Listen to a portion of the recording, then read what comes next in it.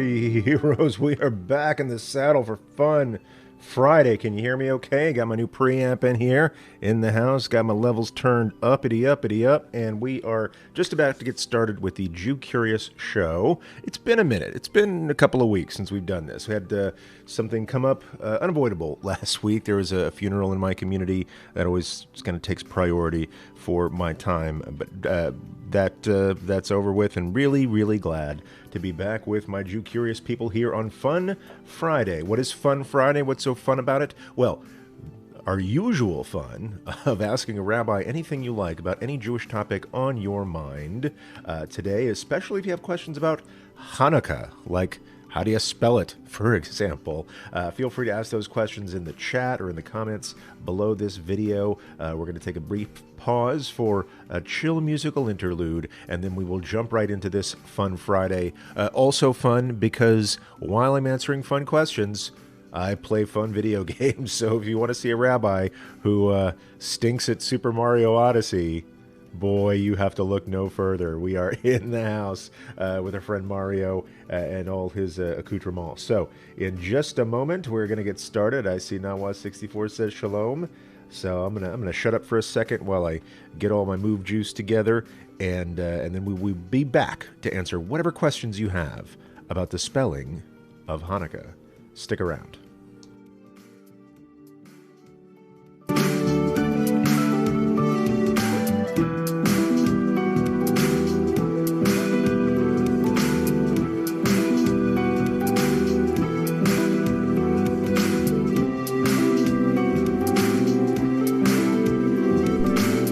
Here we go. Got a little bit of a different camera angle today, so I can't look at this where I type my computer typey types.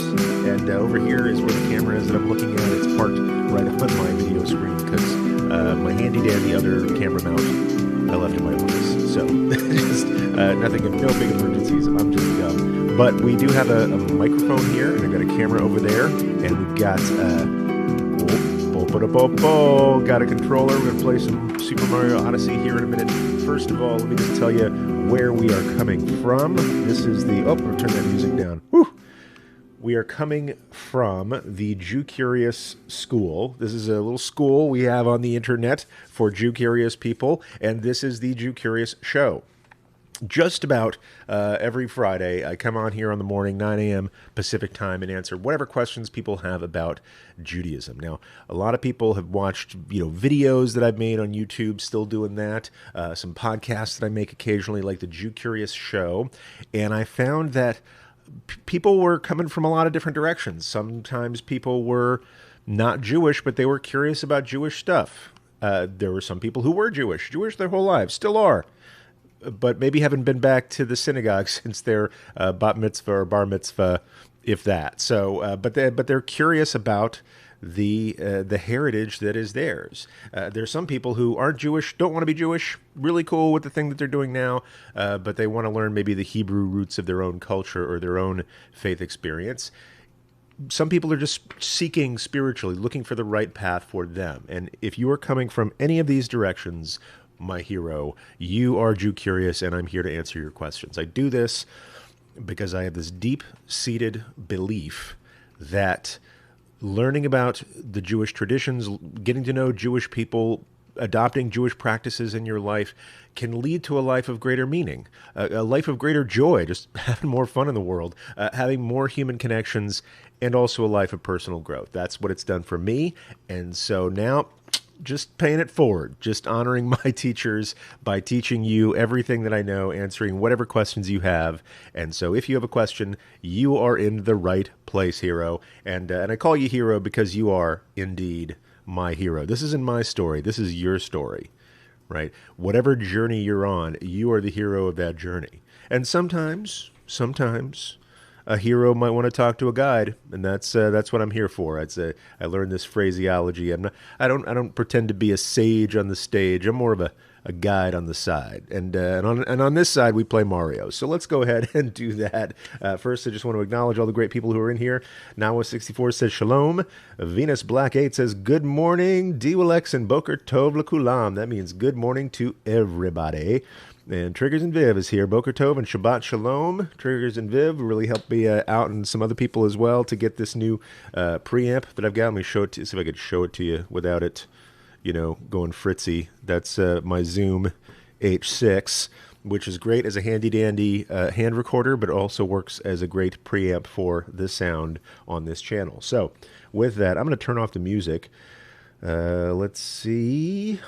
Going into my switchboard, hitting the pause on that. Going back. So what do y'all want to talk about this morning? My question for you is, how do you spell Hanukkah? And it's a bit of a rhetorical question because I spelled it the way I like to spell it in the question. I like it with an H and an A and an N and a U and a KKAH. That is how I spell Hanukkah. You might see other variations on this. Some start with a CH, like Chanuka, but it's pronounced Hanukkah because the word Hanukkah starts with a Hebrew letter. This is why I say there's no good answer to how do you spell Hanukkah. You spell it Het, Nun, Vav, and so on, and like Chaf and a Hey. Like, that's how you spell Hanukkah. But in English, you could spell it however you like, however you want to. Make those Hebrew sounds with English letters. Some people start with an H. Some people start with the CH. Personally, I go for the H, because if you mispronounce it, you're not that far off, right? And I learned this from Rabbi Dorf in adopting his method of transliterating Hebrew. It's better to have a soft H that people say Hanukkah, right, than a CH that's intended to say Chanuka, which is the more correct sound, Hanukkah. But if somebody's just reading that for the first time or the 101st time, they may say, "Oh, Happy Chanukah," and that's just wrong, and you don't want people to be embarrassed like that. So I always started with an H instead of the CH. Let's see. Now at 64, how do you spell Hanukkah? Very good. We've got the I'm sorry, very very small screen I'm reading here. Chet va. Let's see. Chet nun. Let's see what do we have in there. It's using a vowel form instead of the vav, and then a kaf with a peak in there. It means sort of doubles it. Let's see how to spell Hanukkah. That's pasted into the chat right now. Let's see who's joining us in the multi-chat as well. Triggers and Viv has a good question here. KG Wilcox says, I start with a CH because that's how I spell challah also, which is a type of bread that many people eat on Shabbat. But that, and I say I'll spell Hanukkah with an H, but I too spell challah with the CH when I'm writing challah. And I don't write challah that often. Challah is a terrible correspondent. But anyway, let's see. For me too, Hanukkah, I like it because it's 8 days, 8 letters. Very good. Let's go into the multi-chat here. A little while ago, we figured out how to chat with people on... we'd do like a simul chat with people on Twitch and people on... Come on, zoom out. Zoom out here. Trying to make it a little bigger so I can see it without squinting. Figured out how to simul chat, simulcast with Facebook and YouTube and Twitch all at the same time. We see Nawa64. Seeing Venus Black is on Twitch. Who's coming in? Victoria Ann is here from YouTube. Hi, Victoria Ann. Good to see you. Let's see. Triggers and Viv, can you touch base on how to celebrate non-traditional holidays with family members not celebrating Jewish ones? Let's see. Venus Black says, where would it be appropriate? Where would be the appropriate location to ask about Israel? I think wherever you're standing and you have a question about Israel is where you should ask that question. That's, for me, the appropriate location. So thanks for that. Let's see. Do you buy Christmas gifts? Let's see. I do for people who celebrate Christmas. It's no secret. My extended family, my parents, my brothers and sisters, they all celebrate Christmas because they're not Jewish. This is something I converted to when I was an adult, and but I didn't convert them. So if they're celebrating Christmas, I'll buy them gifts for their holidays, right? For me, it's a matter of kibud av v'em, in the sense of honoring your parents. For me, maybe I'm buying it a holiday gift. I'm not saying, okay, this is because of Jesus. It's like, this is your holiday, you're my family, and go for it. Or if I'm in an office that's a multi-faith setting. Actually, that's less true since I've become a rabbi. Mostly the people that I'm working with are Jewish, and I work in synagogues, so we're pretty much only doing Jewish holidays. But in the past, when I've been in an office setting, or when I was more active in the Rotary Club, we had Secret Santa, or we had like a holiday party and a white elephant gift exchange. And look, I was celebrating my holidays, a couple of other people celebrating a few different holidays, and we still got together. That's just something Americans do. And so I don't get weird about feeling like my freedom is being restricted if somebody says Merry Christmas to me or Happy Holidays. We're about to start that season of nonsense again.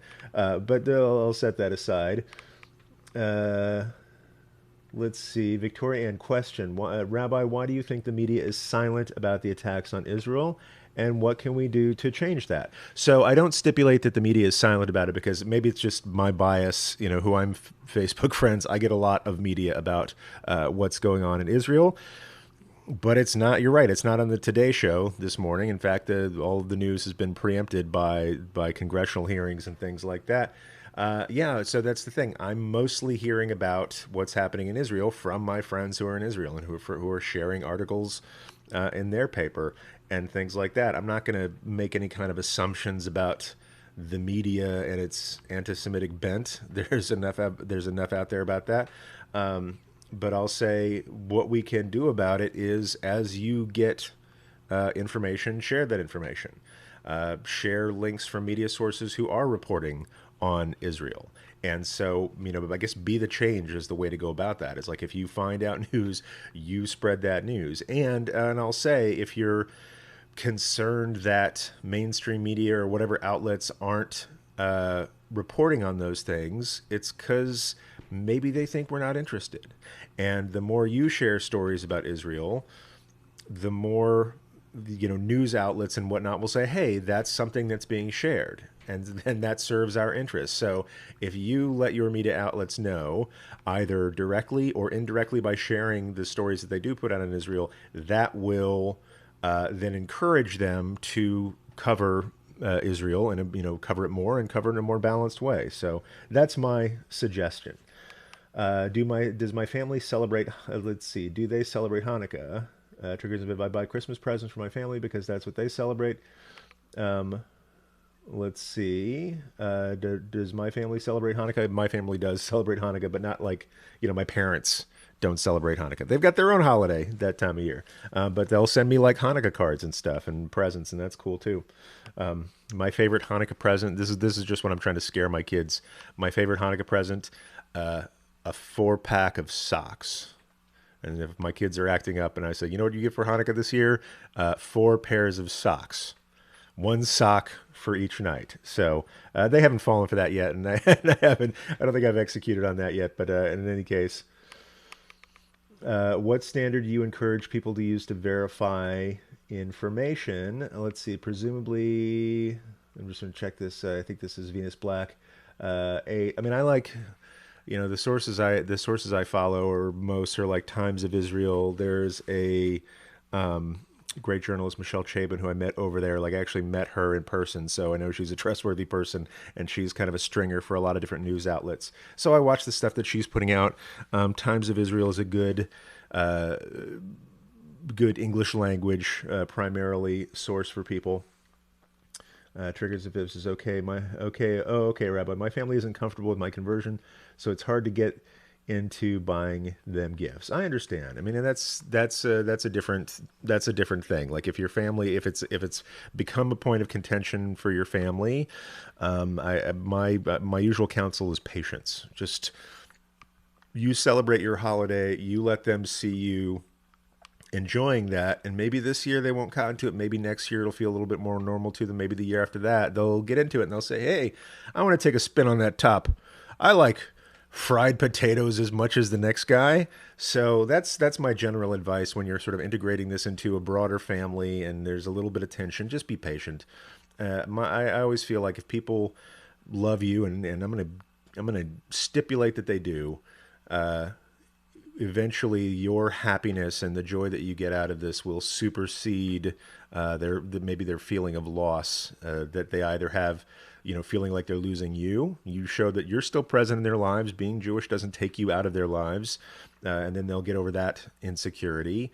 And also, I know some of my family members have said things like, "Well, how can you take Christmas away from your children? Like you're depriving them." And like I had good memories celebrating Christmas when I was a kid, and at the same time, though, all my kids have been raised sort of just Jewish, and I haven't seen them like say, "Oh, Hanukkah's a bummer. I wish we had Christmas."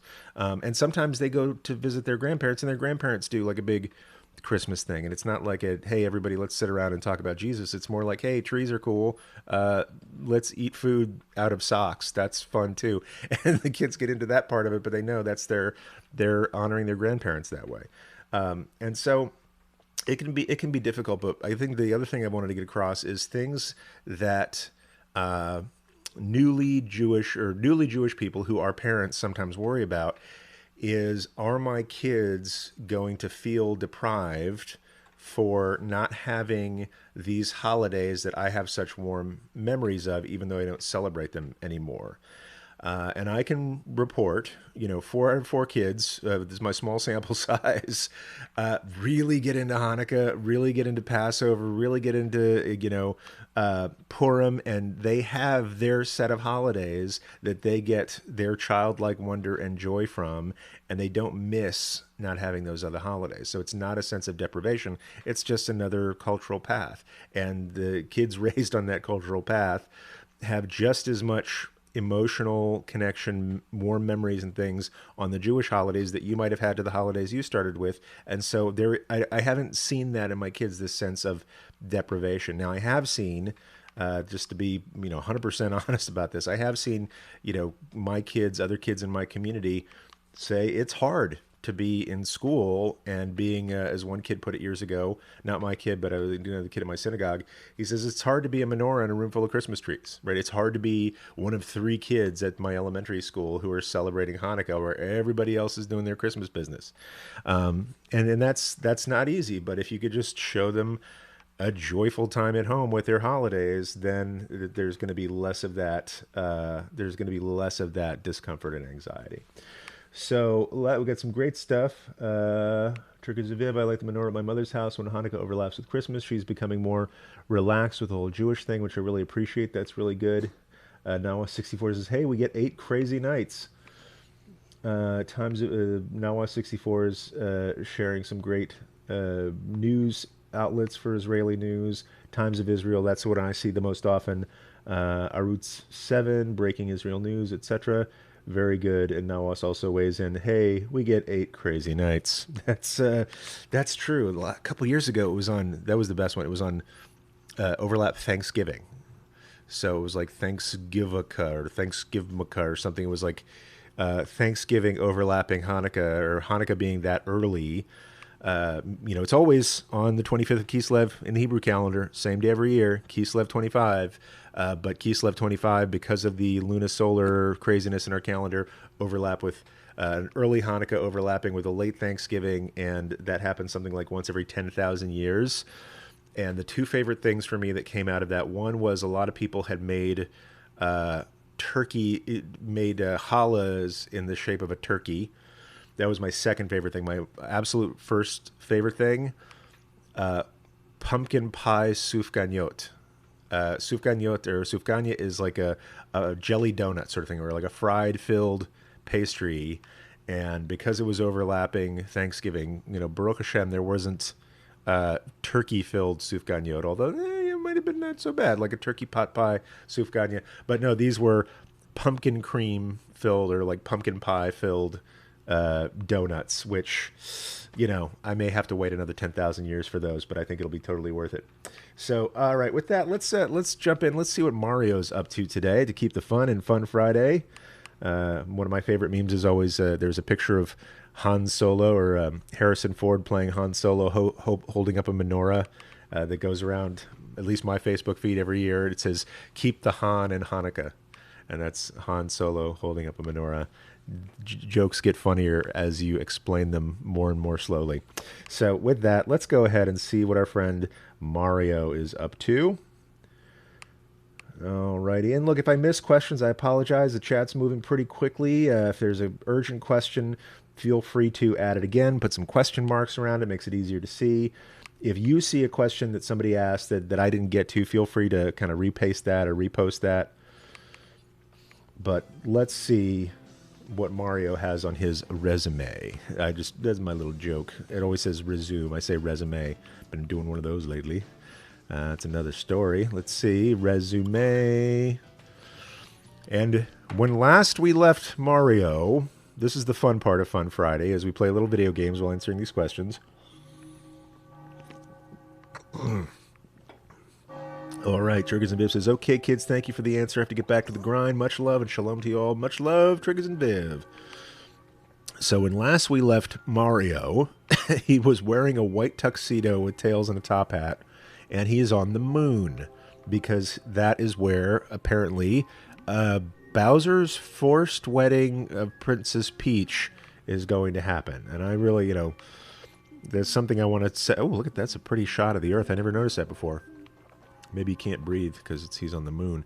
What was I going to say about that? Something you should know about Jewish weddings. There are several... Oh, hey, there's a power moon up there. There are several steps in Jewish weddings that guarantee that everybody is there of their own free will. There's the part called kinyan, which happens before the wedding ceremony, before the bride is veiled. First, you take the veil off the bride, then you veil her again. Make sure it's the right person. I'm looking at you, Jacob and Leah. And so, first, make sure all the right people are there. There are witnesses to the ketubah. A traditional ketubah, the couple doesn't even really sign it. Nowadays, we have the couple sign it because, they're adults and they can. But, you have to have witnesses who observe that, yes, these are two people. And there's a kinyan portion where, both the husband and wife have to sort of tug on a handkerchief or on a pen just to make sure, just to signify informed consent that all this is going on. And then there's like the circling. The bride circles around the groom 7 times, or sometimes they circle 3 times each, and then a do-si-do, just to make sure that everybody is there of their own free will, marrying the person that they want to marry. And you can't have this like Bowser kidnapping Princess Peach kind of situation. I know there's a power moon up there, and I kind of want to get it. Let's see.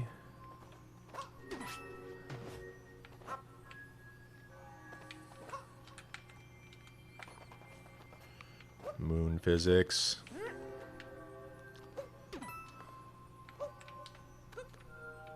Whoop. Oh, I never even noticed this one before. Ta-da-da-da!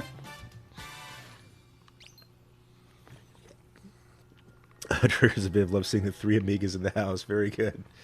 Let's see. Da-da-da-da-da. Okay, now we're on the moon.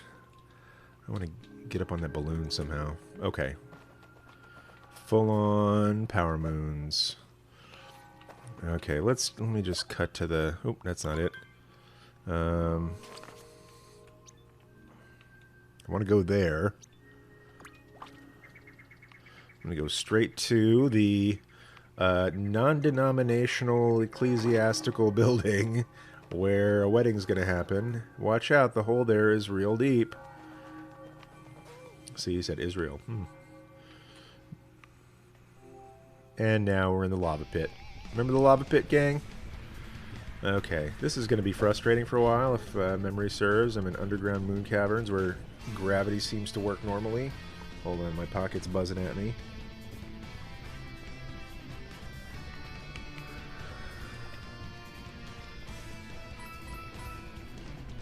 Let's see, my wife asking me a question, so I'm going to answer it. We've got a dinner party coming up, so...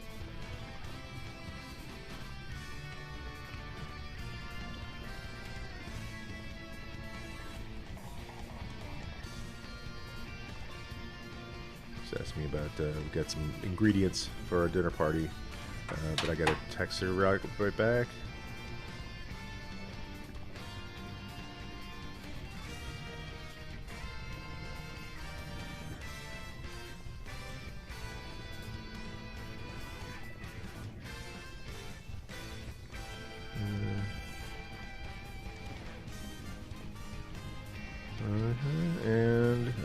radio.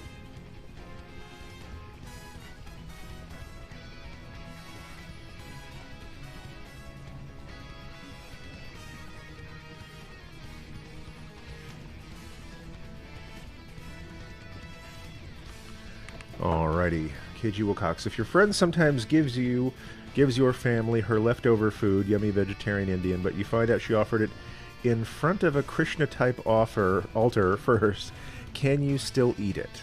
So, I want to tread carefully here. This actually came up. A mentor of mine lives in Venice, not Venice, Italy, but Venice, California. Whoop. Venice, California, and in Venice, California, they have a Krishna center, and the Krishna centers are do a real mitzvah. They have these very reasonably priced vegetarian buffets, and they're strictly vegetarian because they're Krishnas, and so they're strictly vegetarian, and so the buffet is. So the buffet is strictly vegetarian, and you can sort of count on them for that.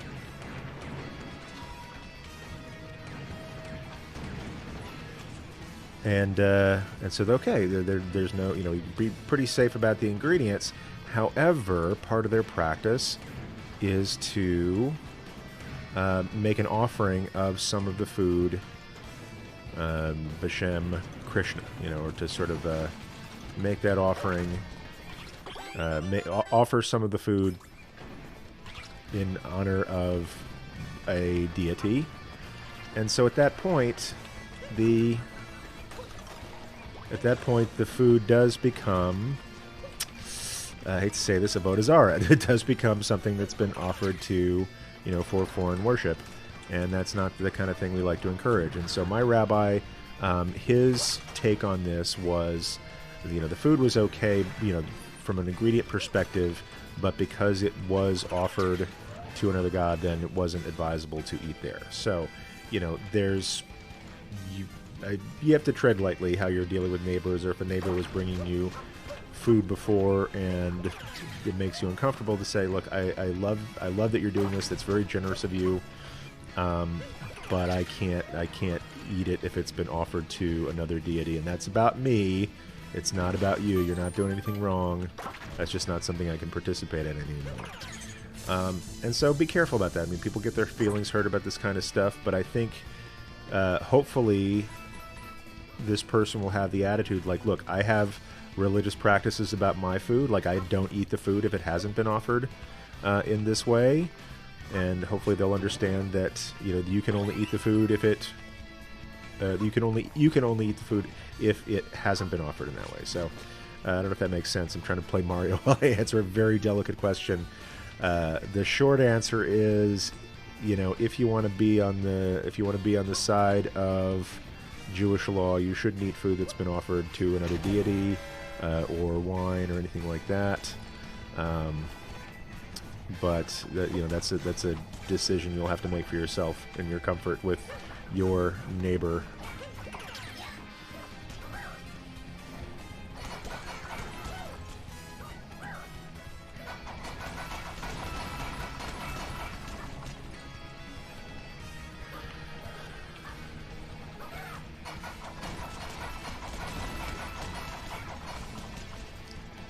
Okay.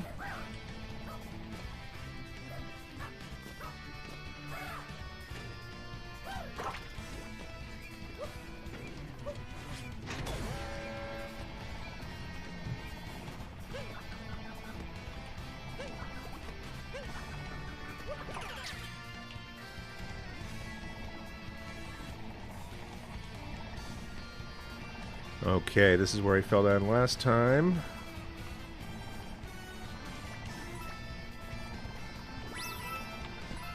Whoop!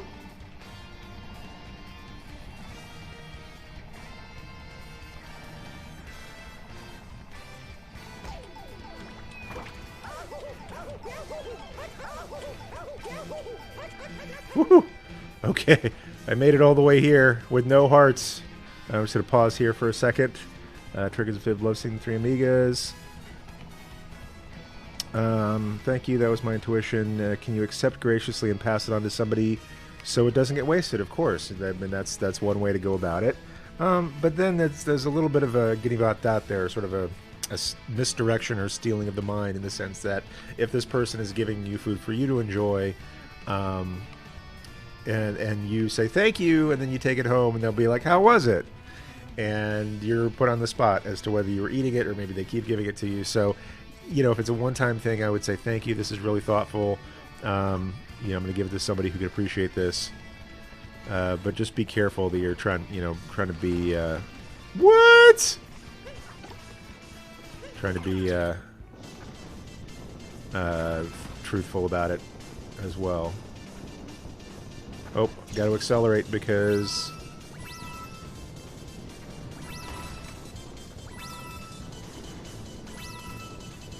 whoop, whoosh. Back to Israel news for a second. While it's not daily political news, I love Good News Israel. You can sign up for their listserv and get a newsletter each week. They show all sorts of great scientific achievements and great things Israelis are doing throughout the world. Great link on that. Now us. The food is actually given to my housemates. They just share it with me. That's all right. That's one way to go about it. Oh, hey. I love this guy. Let's see. He helps me see the path forward. Or does he?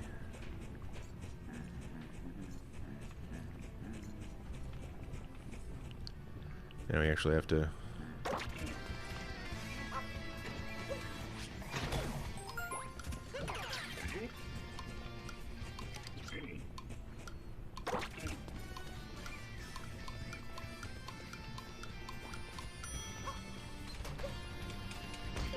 No. Okay.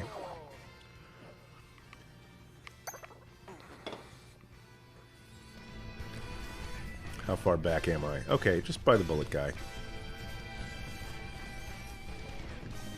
What could possibly go wrong? Whoop! That could. Accelerate.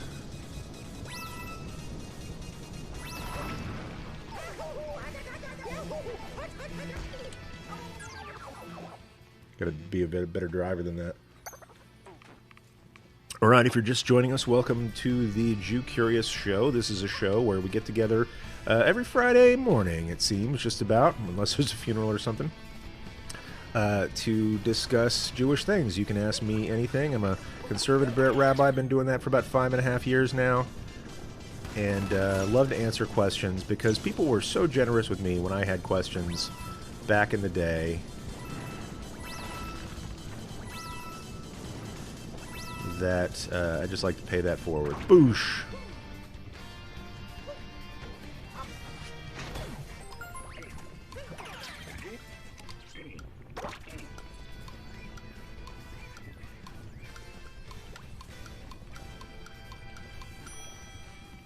No, I lost it. Let's see. Are you still doing AMA session on Mondays? Let's see. Not so much. Mondays, my schedule, part of my work has changed, where on Monday mornings I'm now found in a synagogue. Wednesdays are free. I shifted my days off from Mondays to Wednesdays. However, Wednesdays I started taking a cert class in the morning. And this is a certification for emergency response training, and so that I've got about 5 sessions left, and then I think I'll start doing an AMA on Wednesdays. Let's see. He's getting hot. It's getting hot. So yeah, Mondays I can't do anymore. I'm gonna keep doing Fridays, but may add Wednesdays here. Maybe I'll do Wednesday afternoons.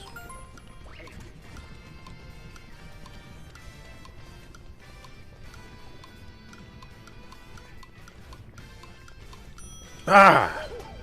Woohoo! Let's see. Rabbi, question about Hanukkah decor. I know it's a minor holiday, and some say we should downplay it. I know some Jewish families, more Orthodox, who do not offer gifts at all, but what about decorating? It's kind of my thing. So decorating, you do you. As Nawa64 is pointing out, and I think it's important to repeat this, although some people might find it a bit of a buzzkill, that Hanukkah is not Jewish Christmas. Christmas in Christianity, as I understand it, is one of the biggies, right? It's like if you got top two holidays, it's Christmas and Easter, like the birth and then the death of Christ. Hanukkah celebrates kind of a minor military victory a little while ago. I would say it's probably about a second or third tier holiday at best.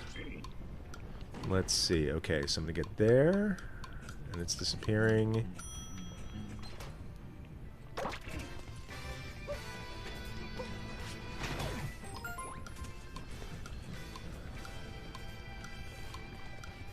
Is that moving?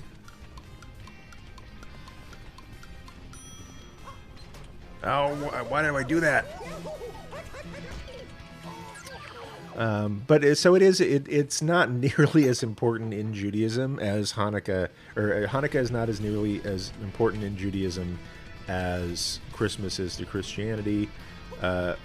Nevertheless, because it's happening at the same time of year, and because it's happening close to the winter solstice, where just about every culture has some sort of winter solstice festival, and there's actually some textual evidence that there was a winter festival of lights being observed, even before Hanukkah became that big of a deal. We have a holiday around this time of year, and other people are putting on the dog and having are doing their holiday.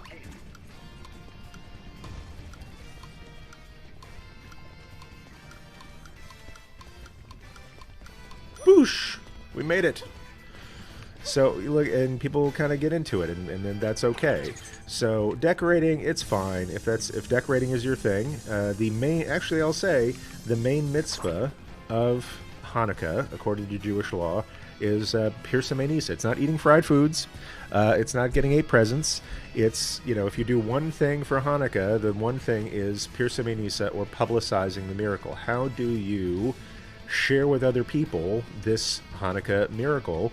And the classic way of doing that is putting a menorah somewhere in your house where people outside your house can see it. If you go to Israel, a lot of houses have little glass boxes by the front door. It looks like an aquarium with no fish in it, with like an open top. And people will put their Hanukkah, their menorahs that hold Hanukkah candles, in that glass box outside, so it's like sheltered from the wind so it won't blow out, but it's in a glass box so everybody can see it. And if at all possible, if you light a menorah inside, you should have it in your front room, or have it where people outside your house can see the lights. Now, naturally, in times of exigency, danger, what have you, if you don't want to be advertising to your neighbors that you're Jewish, then you can put it someplace else, right, out of safety first.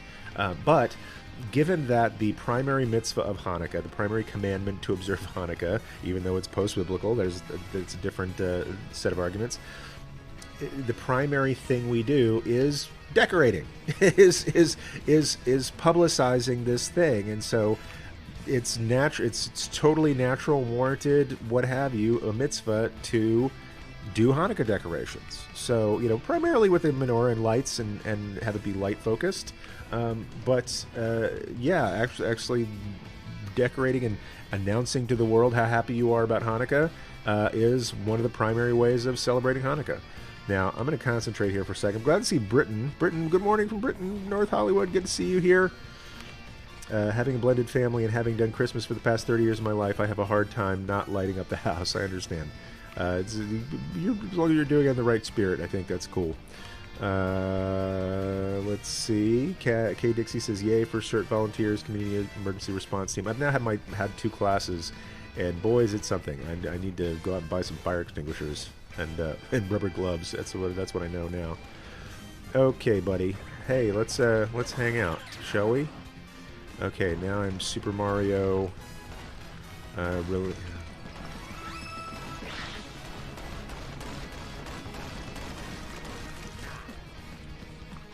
Can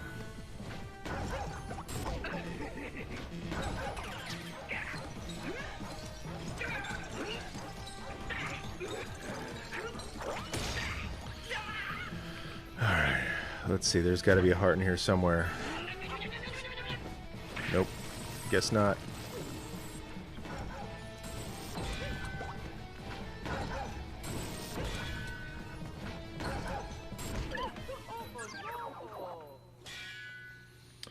All right. Let's try this again. Football guy, football guy, football guy, football guy, football guy.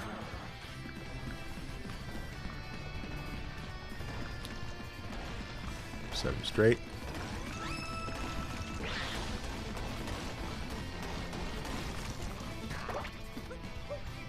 No offense, football guy. I'm going to go hang out with the other football guy.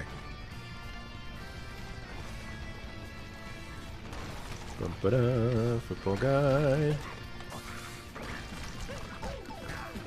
No, I can't afford to lose any of those hearts. Let's see.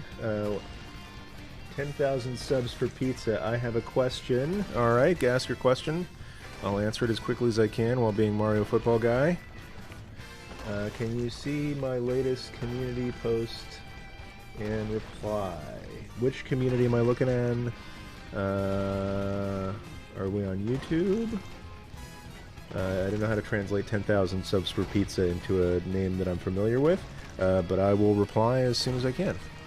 So 1 second. If you can give me a clue of where to look, I'll look at it. He's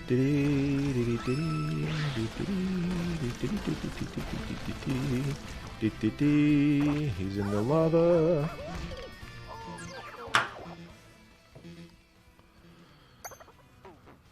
Just gonna see if I can find that.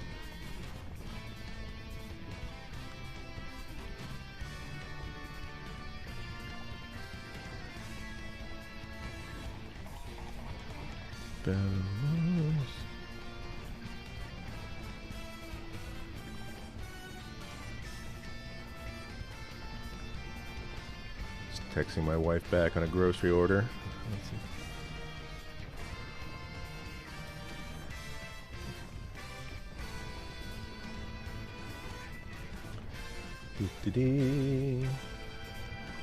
Let's see, 10,000 subs for pizza is ask a question. Yeah, this is kind of meta. I'm looking at Mario. I'm looking for 10,000 subs for pizza. Not theirs on YouTube. Let's try YouTube. When you press my icon. I don't know. This is starting to feel like a phishing thing because I don't know who this is. No offense. I'm just... Yeah. Nope.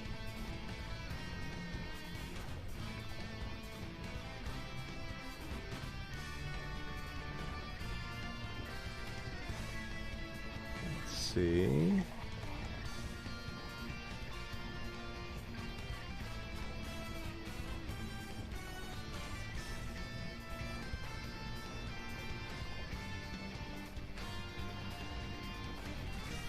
Yeah, I don't know quite how to answer your question, so I'm going to see if I can track... Sorry, 10,000 subs for pizza. I might have to track this down after the video, just because I'm having a little technical difficulty that's making for bad video game playing, so please forgive me. We'll look for it right after this, and then hopefully answer that in a timely way. Let's see. Please forgive me. They don't teach you how to do this live streaming stuff in rabbinical school, so I'm still learning how to do it.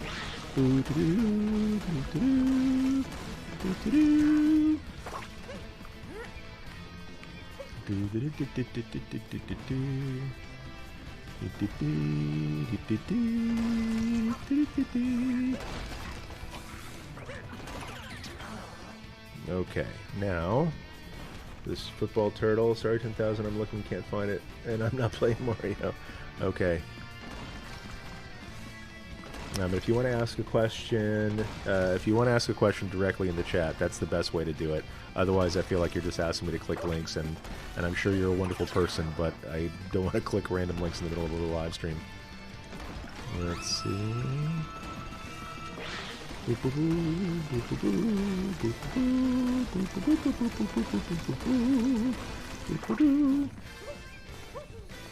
Okay. Full hearts. Going into this.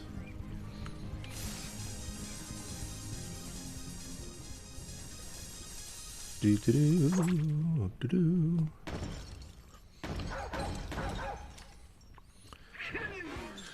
Okay. Enough out of you. Let's just get out of the way. Play patience. Yep. Nope. So that's what we get from not being patient.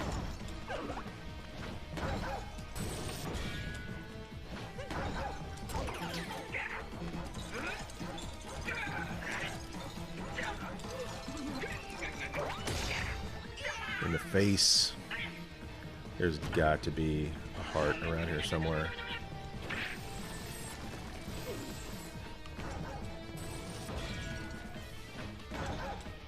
Let's see. I'm seeing a great Hanukkah question. I'm going to wait till after I get this chain chompkins out of the way.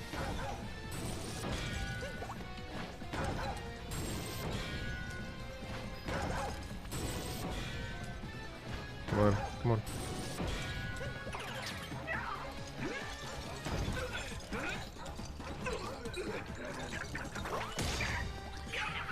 Alright. One more heart. One more heart.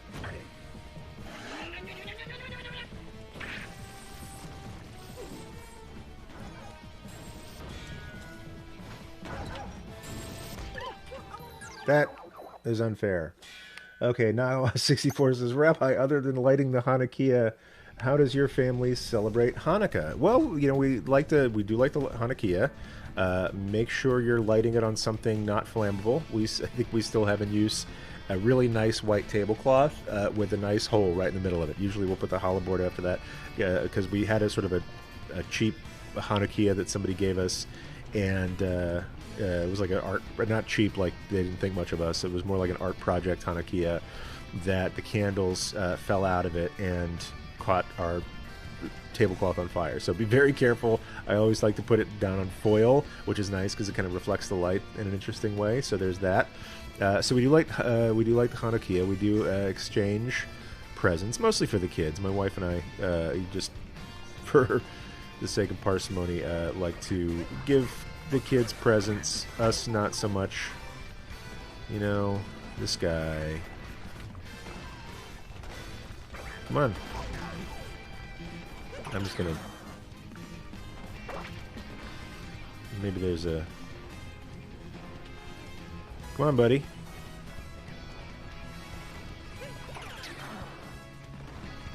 I'm gonna see if there's some more hearts around here.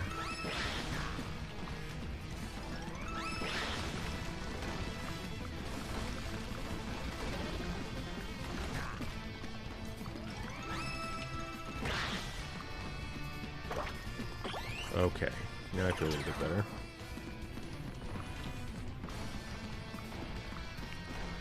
Let's see, there are nice Hanukkah mats, non-flammable, that also have the blessings written on them. That's helpful. So yeah, we light candles. We make traditional foods. I do at least one batch of latkes from scratch every year. I say one because it's a huge mess, and so I'll do one, you know, where I'm putting potatoes through the food processor twice. And making them from scratch, but then I make my favorite latkes, which are the Manischewitz box mix latkes. Don't judge me; they're easy and they taste good.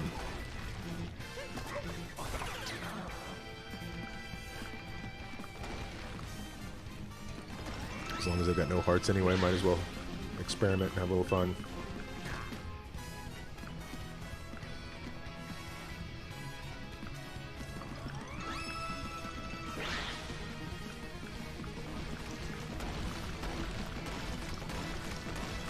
Does this guy ever run out of steam when he's doing this, as long as he goes in the same direction?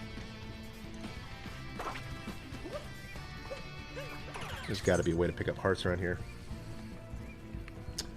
We see Speaker AJ in the house. Bokoro, Speaker AJ. The oil gets everywhere. I was finding grease in places I didn't know grease could get a month later. Yeah, that's why I don't make a lot of latkes from scratch, is because it just makes a huge mess and it kind of slicks up the floor a little bit. And so I'll enjoy other people's latkes. And I know this is a bit of a sacrilege, but I also will eat the Trader Joe's latkes that you bake in the oven, the frozen ones. And people get down on me for that, but I don't care. They're delicious, and they're latkes, and there's oil in there, trust me. but it's a lot safer to bake them in the oven than to have a kitchen slicked with oil everywhere. Like I said, safety first. Oh, look at that. Hanukkah games, more than just dreidels. I saw this year that somebody put out a Hanukkah D20. So if there's any tabletop gamers out there, if you're looking for something more, I mean, it still just has the 4 letters on it. So the outcome is statistically the same. But if you want to have a D20 instead of a dreidel, you can get the hookup. I've seen it advertised on Facebook.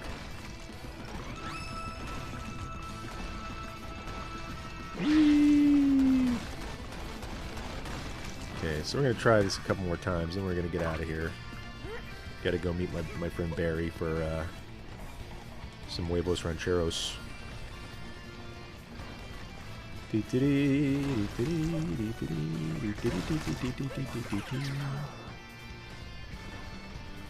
Okay, charging them up. Boosh, boosh, boosh, skadoosh. And ouch. Now we're going to try this one more time. Oh, I definitely want to look into that D20. Yeah, Tulip and Dalton, if you find the D20 dreidel, hook us up with a link.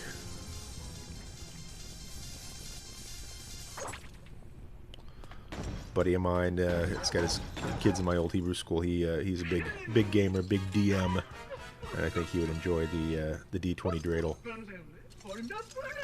That's enough out of you, lady. Okay. Play it safe. Just out of reach. No, hey.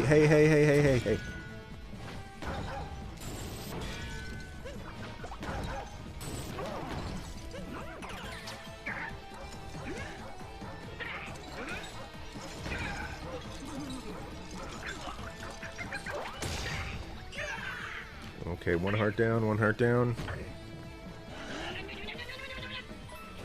Looks like Speaker AJ did something awesome that I'm missing. I'll check in right after this.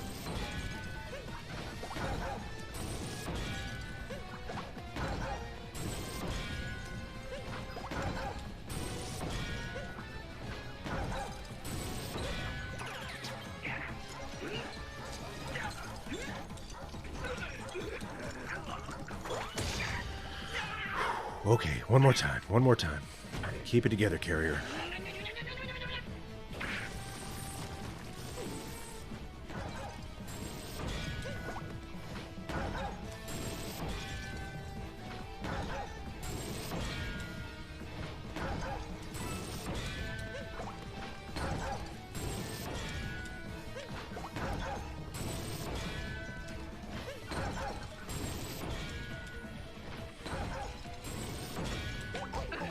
No, I got too close, get away! Oh!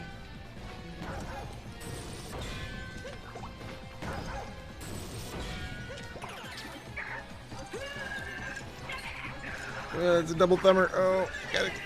Come on! Whoosh! What's going on with Speaker AJ over here? Speaker AJ, we all have our favorite box recipes, no judgments. Oh! That lady blew up. I'm sure she'll be fine. Nobody ever dies on Mario, so everything's going to be okay. Okay, here it is. Speaker AJ says, I get to chant Torah on Hanukkah this year. I'll be doing the 4th Aliyah from Rosh Chodesh portion. Very cool. That's something often happen, almost always, that the readings for Hanukkah are happen on Shabbat Rosh Chodesh. It's usually because Hanukkah starts on the 25th of Kislev, and so 5 days in, usually we get Shabbat around there. So often we never read the actual Haftarah for Hanukkah. It's usually like the Rosh Chodesh Haftarah that falls there, and so we almost always have a special Haftarah for Rosh Chodesh after the month of Hanukkah. Let's see. But very cool. You're going to be chanting Torah, jumping right into it, dude. It will be the first time chanting Torah, but the nice thing is that I'll be able to do it for Rosh Chodesh when people need me for it. So every time there's a Rosh Chodesh that falls on Shabbat, you'll be able to do the Torah reading. That's a good utility, like, Torah portion to read. You have that, you'll be in demand several times a year. without learning a brand new thing. Okay. Whew. I hope there's a flag around here.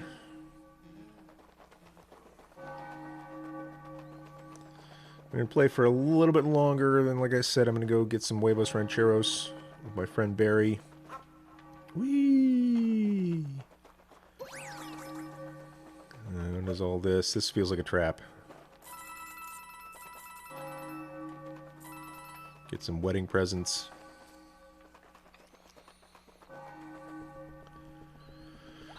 Hurry! Okay, I'm not seeing a cross on that building, which makes me feel better. No, I'm not knocking it. It's just I like my Mario non-denominational.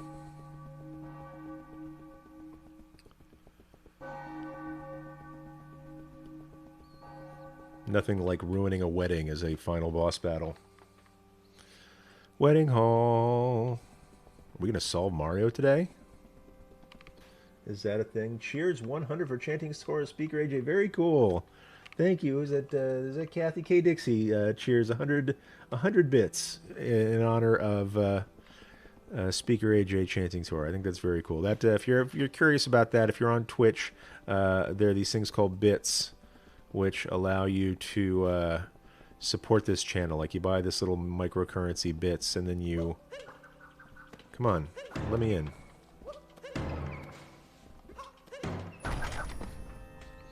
But that helps benefit the channel. It helps cheer on Speaker AJ for that. I buy preamps and things like that. Hey, look, everybody's at the wedding. Mrs. Mayor, I am disappointed in you, however. You came to save her. That's sweet. Just in time. You're here, but I don't see anybody else doing anything. There's that soup from the Soupy Kingdom. Knock that. Step in that soup. There's some flowers. There's a fish lady. Everybody's crying. Look, it's all our friends. Oh, hey, Bowser.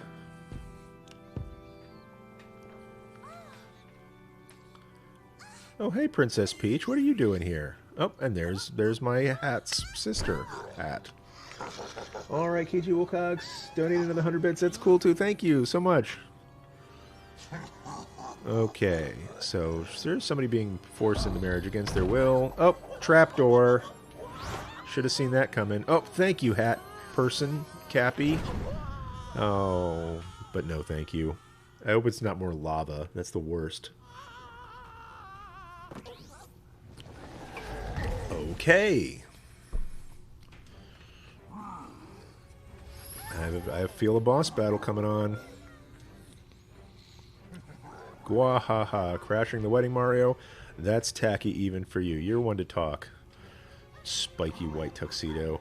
Also, your outfit isn't halfway fancy enough for the occasion. Not that that matters since you weren't invited. So now it's time for you to make like a bouquet and get thrown out. Oh, I see what you did there. Wedding puns. Get ready, Mario. Uh-oh. Oof. Bowser boss battle. Let's do this. Here's your happily ever after. Uh-oh.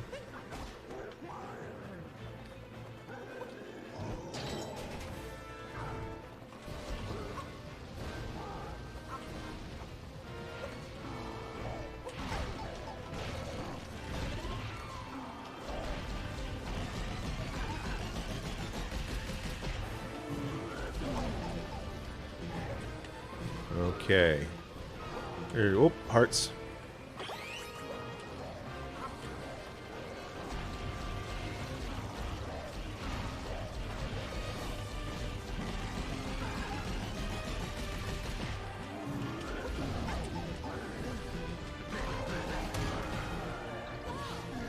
That'll teach you. Whoop. I need another heart.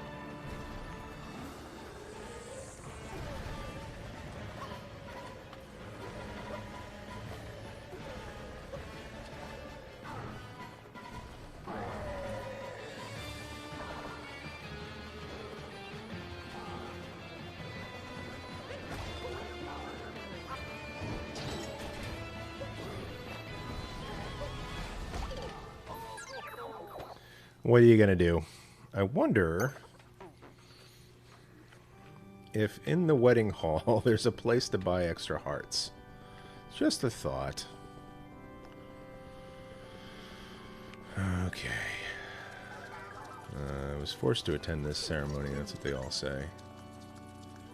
Is there like a place to buy extra hearts? Can I come over here?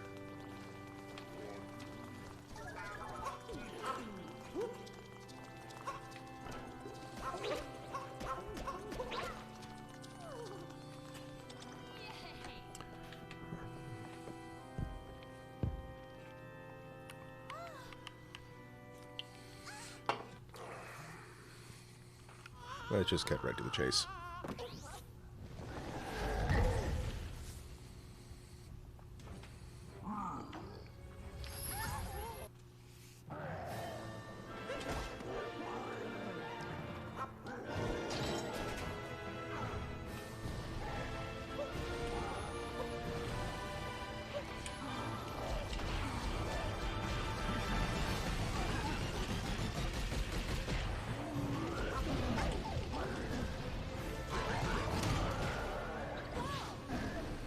Whoop, whoop, whoop, whoop.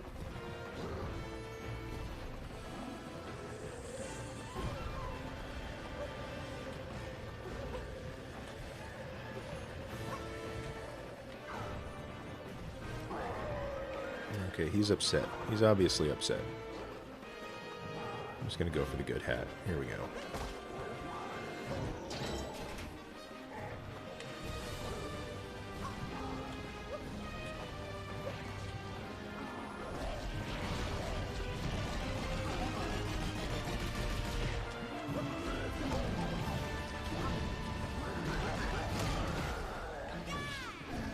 Okay, need a heart, need a heart, need a heart.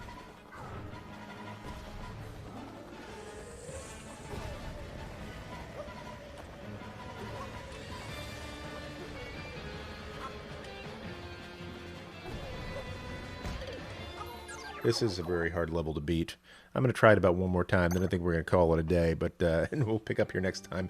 I do want to beat this game, however, because at long last, I have got another game. And it is also Mario related. It's also rated 10 and up. But I got Mario Rabbids Invasion. So if anybody's familiar with the Rabbids Invasion show and want to see a Mario Rabbids mashup, turn-based strategy battle game that's, you know, still somewhat family friendly, then that's what we're going to be playing next time. As soon as I stop this wedding.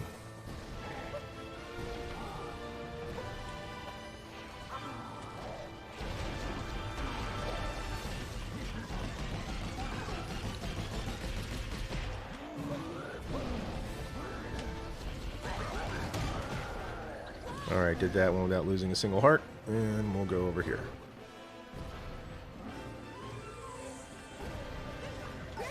Ugh.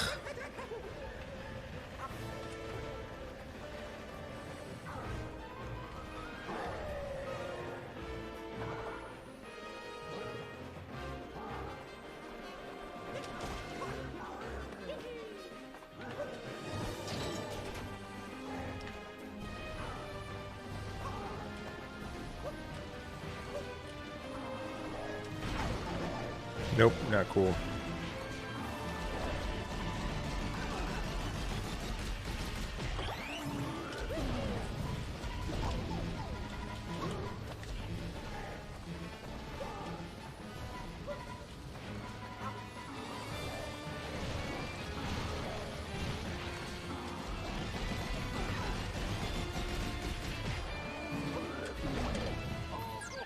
Okay, maybe one more time.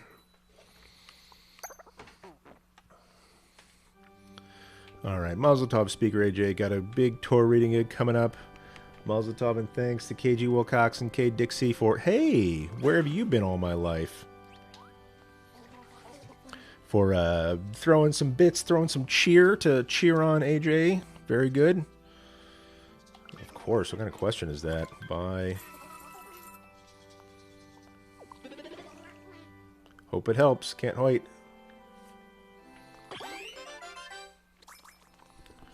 Now maybe I have a fighting chance in here.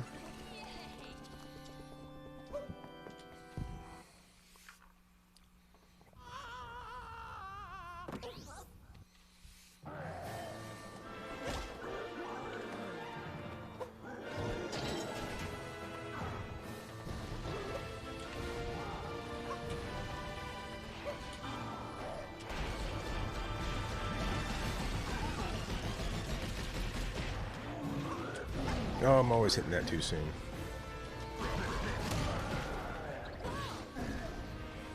Whoop. This guy's upset, clearly upset.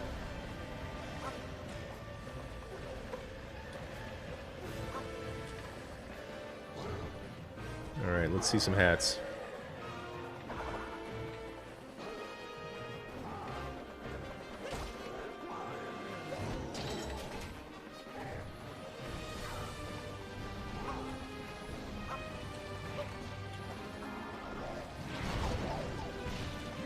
Not fair. Okay, here we go.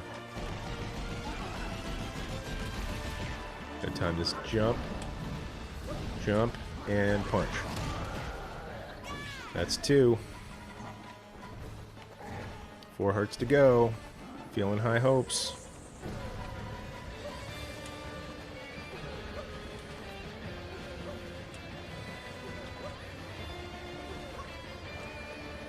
That's 5 of them. Okay, more hats, presumably. That's a lot of hats.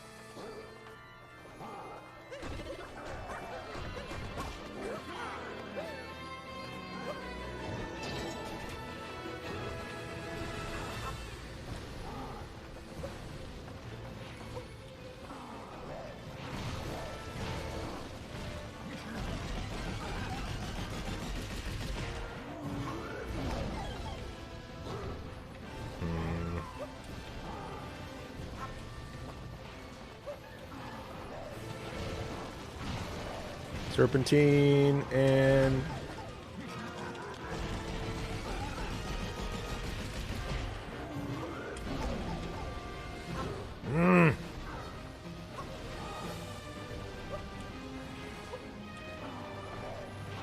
serpentine, serpentine.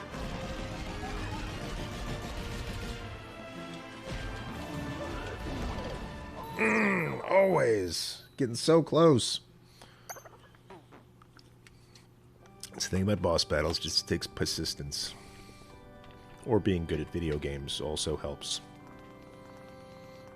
Alright, welcome everybody. If you're just joining us, this is the Jewcurious show. We answer questions about Judaism that are coming on the live chat from Facebook, from YouTube, from Twitch TV, and whatever questions you have about Judaism and what we've talked about today. We've talked about sources of current events in Israel. We've talked about Hanukkah, how to spell it, how to celebrate it, what to eat for it. I recommend latkes and also the sufganiyot, the fried donuts with filling. Good stuff out there. A place called Roladin in Los Angeles and an unrelated place called Roladin in Israel. Both have excellent sufganiyot. So if you're in the LA area, I recommend going to Roladin to pick up your special Hanukkah pastries. Your friends and coworkers will thank you. So if you have a question about Hanukkah, anything at all, put it in the chat, in the comments section, wherever you're on YouTube, or the comments on Facebook, or the live chat in Twitch TV, and I will answer them just as quickly as I possibly can. I'm going to scroll here to make sure I didn't miss any. Let's see. And we're going to try this boss battle one more time. I hope we can do it in one. Because then I got to go have some huevos rancheros.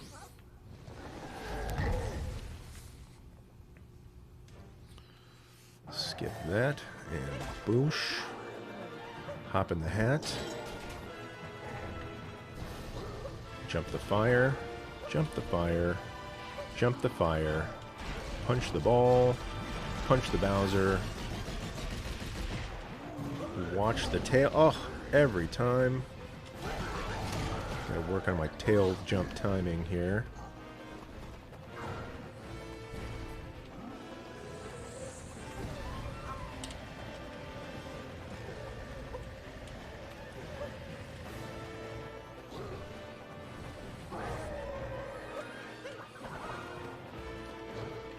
I'm gonna try to hit that hat over there. Because that takes care of the rest of the hats. How do you spell the name of that bakery? I would try Roladin. Roladin is your best bet. I think it's in like Chatsworth or North Hollywood, someplace like that. Ha ha! Ha ha! Now I have a chance at this game. I hope. He spoke too soonly. Alrighty.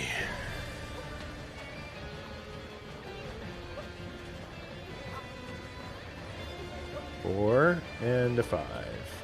What are you gonna do now, Bows guy? Okay. Bunch of hats.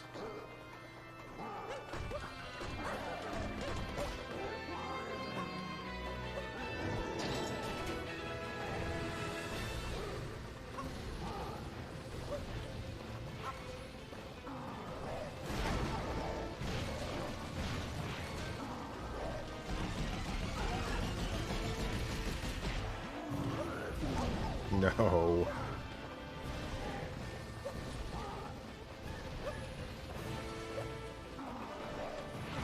Serpentine, serpentine, punch the Bowser, hop the tail. No, I hopped too soon.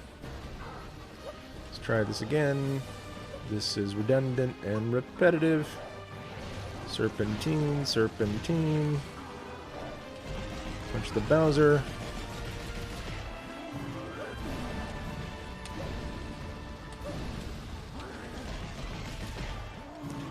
Win the game.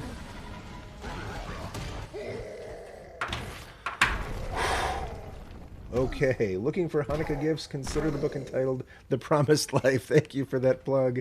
KG Wilcox says, yes, good plug. Very cool. I enjoyed writing it. It's a book I wrote about a year and a half ago. Working on my couple of projects coming up. Working on a Jewcurious guide to becoming Jewish. We've done a wonderful... We've done a wonderful introduction to Judaism class, about 26 lessons, and now I'm working on transcribing all of those for my next book, which is going to be basically an intro to Judaism textbook. Wait a minute. Now what's happening? Things just went all Time Bandits for some reason. And if anybody remember that show, Time Bandits. All right, thanks for the great plug. What's the status, Rabbi? What's the status of your marathon? I actually did some running last week, which was fun, but I want to do an ultra marathon sometime this year. And a friend of mine just signed up for the LA Marathon, so I think I'm going to sign up for the LA Marathon as well. I've got just enough time, so that gives me December, and then January and February, and then half of March and half. So that's 4 months. That's a good amount of time to train for a marathon. Wake up, Mario. Uh-oh, are those two all right? I'm really concerned about Bowser. What's going on? What are we gonna do? I never thought I would develop radical empathy for Bowser in this way. I think this is really challenging my inner Mario-ness. Oh, that's right. We got to ride Bowser out of the volcano zone. I am now Bowser. This, wow, ultimate irony. Turnabout.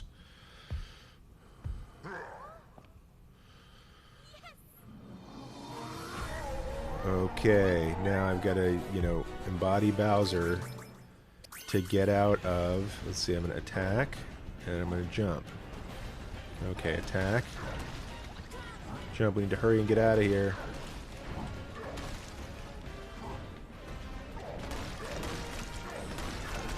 This guy's fierce. Dun, dun, dun, dun, dun, dun.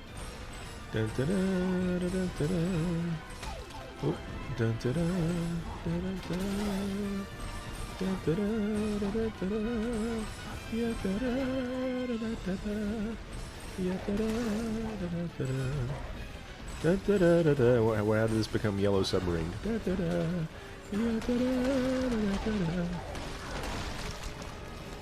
Whoop. Okay, any port in a storm.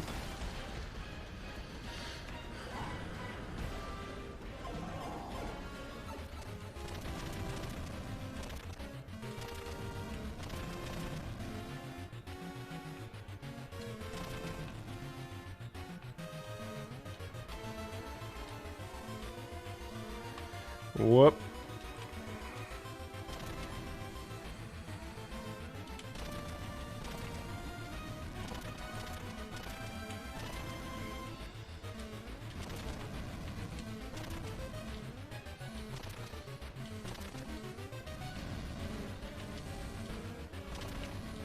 Oh, it's like Tetris. I gotta get out of here before it drops off and falls away. Here we go. Okay. Dun dun dun dun dun dun dun dun dun dun dun dun.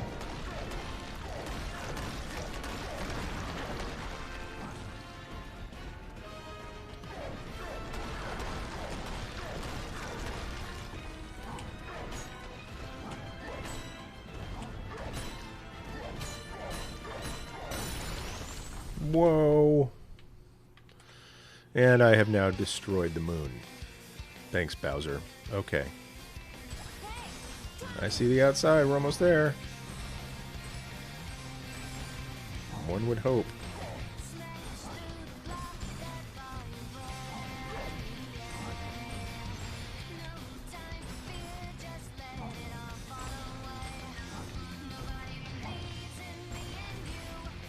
Where am I supposed to be going right now? That bridge is probably going to be helpful.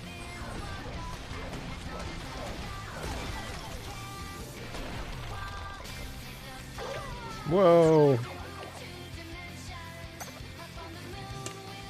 Alrighty. And this again.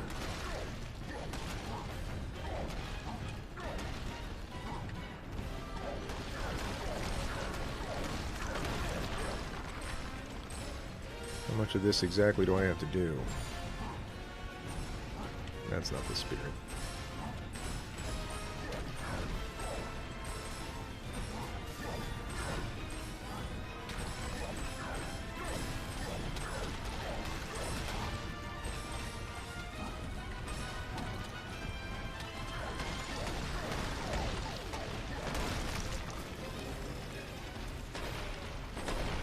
I gotta go through this little guy again.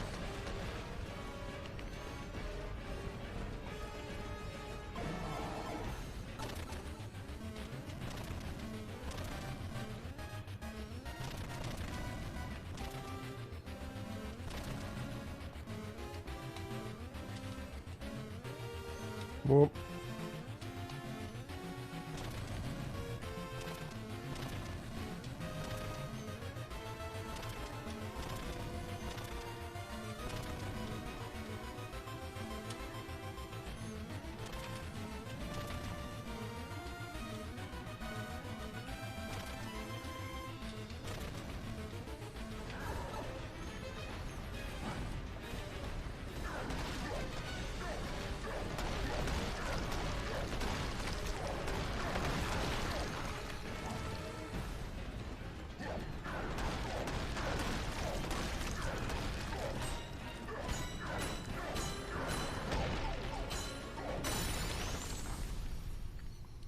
Okay, I need to be able to see the outside. I know where it's coming from.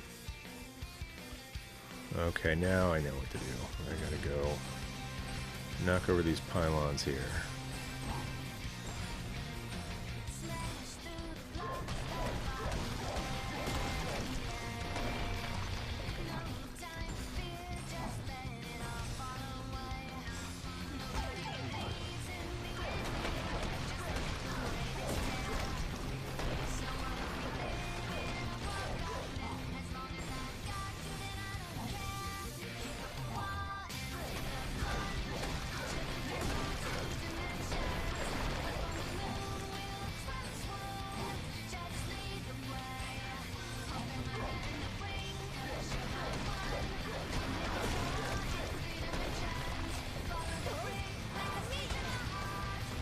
It's in the middle.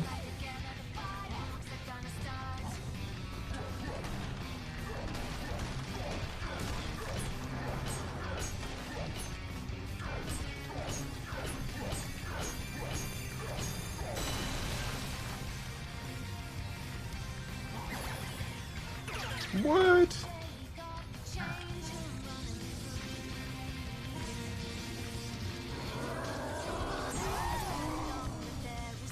Okay, I think I just zapped it back to Earth.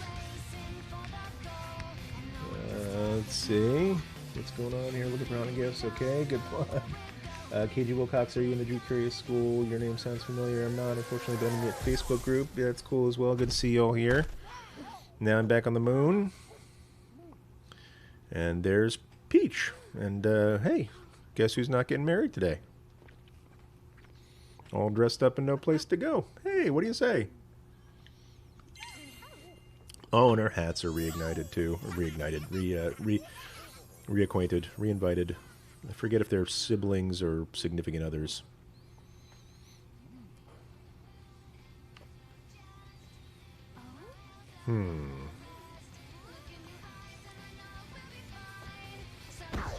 Whoop. Hey. What? Fire flower, that's dangerous. I want to see this whole thing play out, although it's making me a little bit uncomfortable. I think Peach is her own person.